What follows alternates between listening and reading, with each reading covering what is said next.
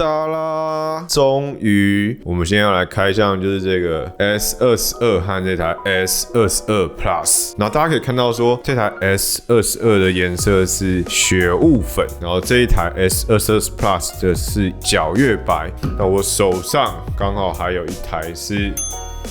极光绿，所以基本上我只差了星际黑，那这就4种颜色都有。然后最近我也会开箱这台 S22 Ultra， 那应该是近期会上，那我不确定是这部影片会先上还是 S22 Ultra 会先上。总之想要看到的话，记得订阅加小铃铛。那我们就先来看我们的 S22和这个 S22 Plus 吧。我觉得这次的颜色真的是蛮好看的。那这台 S22的雪雾粉有点像是玫瑰金的感觉，但是好像又更粉嫩一点，有点少女。但其实真的蛮好看的，我觉得男生拿我也不会说真的是太娘或什么的。不过它有一种光泽感，我不确定哦。对，这样子的感觉就更像现场看到，还会有一点粉粉的感觉，有点金色的感觉。然后整个的边框的颜色感觉都是这样，我觉得蛮好看的。然后这个皎月白，我个人越看越喜欢耶。它虽然说就是白色，但是它因为它背面的材质是有点磨砂材质，然后白色真的是不太感觉得到指纹。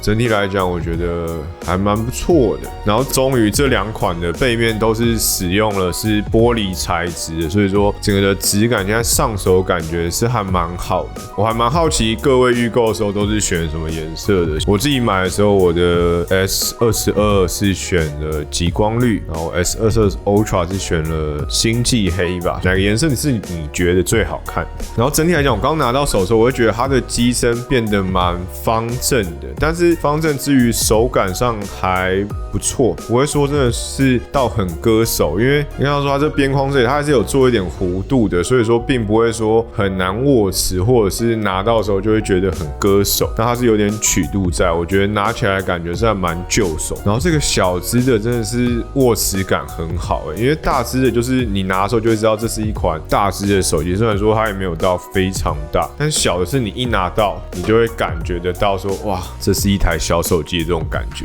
然后2只手机的重量上来讲，我觉得都算是控制的蛮好的。这次的镜头模组小只的 S22 和 S22 Plus 就是维持着跟上一代这个 Galaxy S21 Ultra 很像，有点像相同家族的感觉，就是承袭了它的设计。不过这一次的 S22 Ultra 就是整个就是非常的 Note， 就是完全不太像，你就会觉得说这个感觉是一家人，但是到这的时候就会觉得这个不知道发生什么事哈，但是我觉得整体来讲的话，我个人还是喜欢这个设计。不知道你们是不是跟我一样，还是你们会觉得这个设计是比较好看的？因为我自己其实是没有这么在乎那个跷跷板效益，当然在这个设计底下，跷跷板效益是小蛮多，毕竟它搭载了一款 S Pen 嘛。但是拿在手上的话，我会觉得这个设计是一个很不错的设计啦。其实看久也还 OK 啦，但是我还是比较喜欢这种设计。然后这一次的镜头规格的话，这2只是一模一样的，它基本上就是上面这里这个是超广角，然后主镜头和3倍光学变焦的望远镜头，然后在中间的主镜头广角镜头部分是有升级到5000万像素。然后此外有一件事情比较特别，就是 S22 Ultra 它是有具备了 Super Clear Lens， 它的玻璃是特别透光以外，有一层超低反射奈米镀膜。那我不确定说这个东西在这2只上面是不是也有的。那如果你是知道的话，可以底下留言跟我讲讲，因为我真的查不太到。不过我在3线官网上有看到说他们也是有这样写 ，S22 和 S22 Plus 也是有在写到这个部分，但是就没有像是 S22 Ultra 写的这么的清楚，就是 Super Clear Lens， 然后还有这个独家的超低反射奈米镀膜，反正不太知道，但是总之它是有提到，所以代表说三星是知道说眩光其实在对于夜拍是蛮影响，那他们有在企图努力的去导致这件事情，我个人是觉得蛮好的。那接下来我们来看一下，有一件事情蛮令人难过，就是这一次你在出厂的时候，你就可以感觉到它的萤幕上少了一层膜啊，它这次只有附一个那个防刮膜，然后是要撕掉才可以用，但是它这次就没有再附上一层出厂的萤幕保护贴了，哎，这真的是蛮令人难过。特别是当你看到他开始广告自己有在卖萤幕保护贴的时候，就会觉得，哎，真的是蛮可惜的。毕竟我真的蛮喜欢之前他那片保护贴的，用起来滑顺感都蛮好的。但是现在他出厂就没有付给你了，那你拿到手机的时候，你就第一件事情就是要开始想说你要去哪里贴萤幕保护贴，所以说这就是哎小可惜了一点。然后 S22和 S22 Plus 的话，就看到说它的萤幕是完全是平面的，并不会像是 Ultra 一样有一个曲面的感觉在，它是全平面的，所以说拿在手上的时候，整个的感觉是不太一样。那我们来看一下它的手机规格吧。基本上来讲的话，我觉得它算是一个中规中矩的手机规格。然后比较令人难过的是，两款手机都不支援了记忆卡部分。但是有一点很厉害的是，三星这次有承诺说他们会提供到4年的软体更新，这真的蛮猛的。然后如果你是在意充电速度的话，这两款的充电速度和电池容量都稍微有点差异，所以说你们自己就看一下，说你们是喜欢哪一种的。好，那我想要用这个小只的来开机看一下，准备开机咯。Samsung Galaxy， 哇！欢迎光临。好，那我们就来设定一下，等等见。A few moments later， 大功告成 ，OK， 有一种里程的感觉，完成进去。它这次进去之后都没有那个音效就是不知道为什么，之前都会有一个很 fancy 的那三星的音效在。好，然后我们终于开机进来了，然后可以看到说这次的萤幕它就是走这种有点4边等宽的感觉，所以其实拿起来的话，你看起来是觉得整体体验是还蛮好的。但是当然，如果你是要跟最旗舰的款式比的话，就还是会有一个差异在，毕竟你就是可以看到说这个边框的感觉是不太一样的。然后我还蛮喜欢就是它旁边这个银色这个框，因为你就整个用起来会有一种亮亮的感觉，有点像是那种钻石切边的感觉，我不知道怎么形容，就是你这样看就会觉得说，这边有一条亮亮的，很不错，整个颜色真的是蛮好看。然后此外还有一点想要提的就是这款萤幕它比较可惜的就是它是支援到 Full HD Plus， 所以它只有支援到 1080p 而已，就是我觉得最可惜的地方，因为它如果可以把萤幕用到跟这个 S22 Ultra 一样的话，就是单纯只有电量和尺寸的差别的话是最好的，或者说可能再加相机吧，就是萤幕其他的都一样，这样真的是很不错。或者是你干脆把这支大支的 S22 Plus 也把它改到就是最顶规，但就少一个笔这样子，我觉得这样的感觉也是可以的，就是真的是有点像是把 S 系列跟 Note 系列两个合在一起的感觉，但是又不会说 S 系列的用户会觉得，我最旗舰的那一款现在被塞一支笔，会有点我不知道，我自己会觉得有点小不适应啦。然后此外，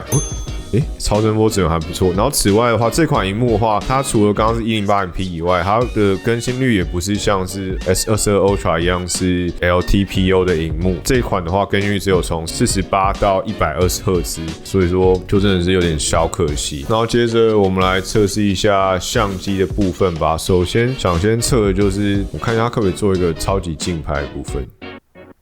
它的近拍是没办法像是 S22 Ultra 一样，就是有一个对焦小帮手，给各位看一下。你看，当你靠近的时候，这边底下就可以点这个对焦小帮手开启，你就可以拍一个像是这么近的近照。但是如果你是使用 S22 的话，它顶多大概只能到这样吧，就是比较可惜一点。但你当然也可以用这个3倍镜去 zoom in 啦，但是感觉就会有点不一样。然后此外的话，我记得它这次还有一些蛮有趣的功能。点那个编辑之后，这边有一个实验室，有没有看到？我跟你讲，三星把所有的好料全部都藏在实验室。你点实验室进去就会发现，它有这个物件橡皮擦新的更新。第一个就是它是阴影橡皮擦，我觉得这其实超级实用，因为有时候在拍实物的时候，就像它这张照片，你这边会有阴影，然后你就可以把这阴影消除掉。然后再来就是反光橡皮擦，它是拿来是消除反光的，但是这可能都要再测试看看。但是我觉得是蛮好玩的功能。接着我们来试试看这个物件橡皮擦的效果，这样就点这个编辑之后，在这个3个点点打开之后，物件橡皮擦就可以看到说，现在就是可以选说你可以轻触或者是描出你想消除的东西。像我想把这个灯消除，每次都要消这个灯，这灯真的是蛮可怜的。然后就会有一个消除的过程，然后你可以看到灯现在是这一区就变这样效果，但是我觉得灯有点困难啦，不过效果就还 OK 吧。然后假设我想要试试看这个消除阴影，但其实我这边阴影大概就是只有这里吧。那如果把阴影消掉的话 ，OK， 它这个就是直接跟我讲它没有侦测到阴影。那我们来测试一下，如果想办法拍一张是有阴影的照片。好，我这边就终于拿到一张是有阴影的照片，我们来试试看可不可以把它消掉。这个功能如果真的 OK 的话，是真的会超级实用。消除阴影，有啦，它就是会把阴影消的比较淡一点。你看这是 before， 就是这一区有没有？然后这是 after， 它就是会把它消的稍微淡一点，但是整体来讲的话，它的功能可能还是要再更强烈一点，会比较有感。好，差不多就是这次的上手影片啦。那这次来讲的话，我觉得他们的售价其实开的还蛮不错的，基本上小只的压在2万5，大只的压在3万以内，我觉得算蛮有诚意的。那如果你想要最顶尖的体验的话，你也可以去买这个 Ultra 系列的，所以说基本上这3只手机就囊括了所有消费族群的人，就真的是还蛮不错的。那今天影片大概就到这，我觉得目前的感觉就是这2只小只就是保留之前去年的优势，还有去年做对的地方，但是又在其他地方稍微再更进步一点点，像是它的这个主镜头有升级啊，然后它的玻璃杯盖有改啊，然后价格还是维持的蛮好，我觉得算是一个蛮稳定的一个策略，就是玩的算是蛮稳的，并不会有那种很惊喜或出乎意料的举动，但是就是确实是2款目前看起来算是蛮不错的手机。好了，那差不多就是今天的快速上手影片。如果你对这种影片喜欢的话，记得帮我点一个喜欢，记得订阅和分享我的频道。那我们就下部影片再见啦，悄悄，拜拜。